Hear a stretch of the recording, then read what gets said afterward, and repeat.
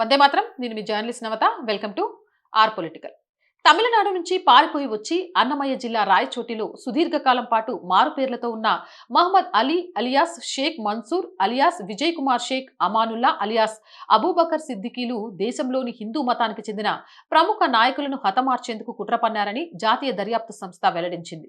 గత సంవత్సరం ఆంధ్రప్రదేశ్లో ఉగ్రవాద కార్యకలాపాల కోసం ఉద్దేశించిన పేలుడు పదార్థాలను స్వాధీనం చేసుకున్న కేసులో రెండవ నిందితుడైన షేక్ మన్సూర్ అలియాస్ మహమ్మద్ అలీ అలియాస్ విజయ్ కుమార్ పై ఎన్ఐఏ విజయవాడలోని ఎన్ఐఏ కోర్టులో శుక్రవారం ఛార్జ్షీట్ దాఖలు చేసింది. గతంలో ఛార్జ్షీట్ దాఖలు చేసిన నిందితుడు షేక్ అమానుల్లా అలియాస్ అబూబకర్ సిద్దికీని సన్నిహితుడిగా సహకుట్రదారుడిగా గుర్తించిన మహమ్మద్ అలీని 2025 డిసెంబర్లో అరెస్ట్ చేశారు. ఆంధ్రప్రదేశ్ పోలీసుల నుంచి ఈ కేసును ఎన్ఐఏ స్వీకరించి ఇప్పటి వరకు షేక్ అమానుల్లాతో సహా 3 నిందితులను అరెస్ట్ చేసింది.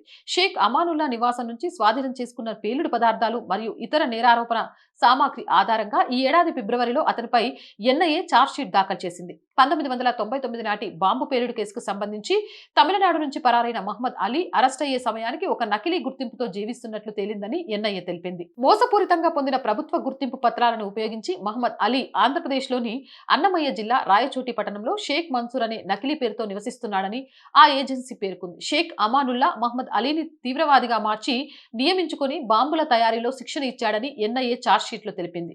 రాయచోటిలోని ఒక రహస్య స్థావరానికి పేలుడు పదార్థాలను తరలించడంలో మహమ్మద్ అలీ అమానుల్లాకు సహాయం చేశాడని ఆ ఏజెన్సీ తెలిపింది. భారతదేశంలో షరియా చట్టాన్ని స్థాపించాలనే తమ ఎజెండాను ముందుకు తీసుకెళ్లడానికి భయోత్పాతం సృష్టించేందుకు ఒక నిర్దిష్ట వర్గానికి చెందిన నాయకులను లక్ష్యంగా చేసుకుని హత్యలు చేయడానికి ఇద్దరు కుట్ర పన్నారని కూడా అది పేర్కొంది.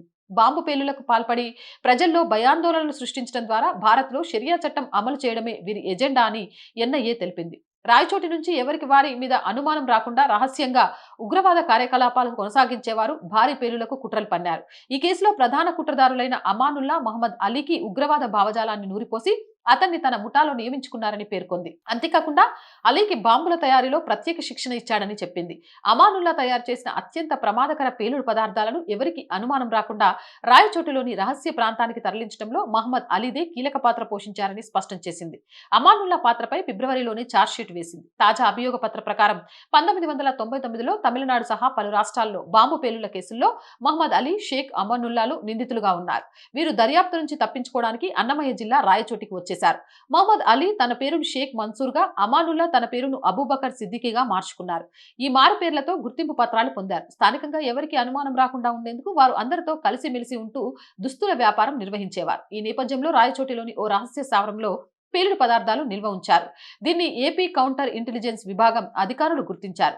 గత ఏడాది జులైలో వీరిని పట్టుకున్నారు. స్థానిక పోలీస్ స్టేషన్లో వీరిపై కేసు నమోదైంది. దర్యాప్తు ఎన్ఐఏ చేతుల్లోకి వెళ్లడంతో సమగ్ర దర్యాప్తు చేపట్టి పూర్తి వివరాన్ని వెలుగులోకి తీసుకొచ్చారు. ఉగ్రవాదులు హిందూ నాయకుల్ని చంపాలనుకుంటారు, హిందువుల్ని చంపాలనుకుంటారు.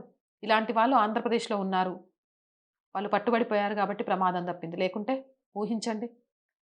నిజంగా ఎవరైతే ఇంటెలిజెన్స్లో పనిచేస్తున్నారో, పోలీస్ విభాగంలో పనిచేస్తున్నారో, నేషనల్ సెక్యూరిటీలో పనిచేస్తున్నారో వాళ్ళందరికీ మనం రుణపడి ఉండాలి. ఈరోజు వాళ్ళంతా తమ తమ విధులు సక్రమంగా నిర్వహించబట్టే మనం ఇంత హాయిగా బ్రతకగలుగుతున్నాం. అవునంటారా కాదంటారా?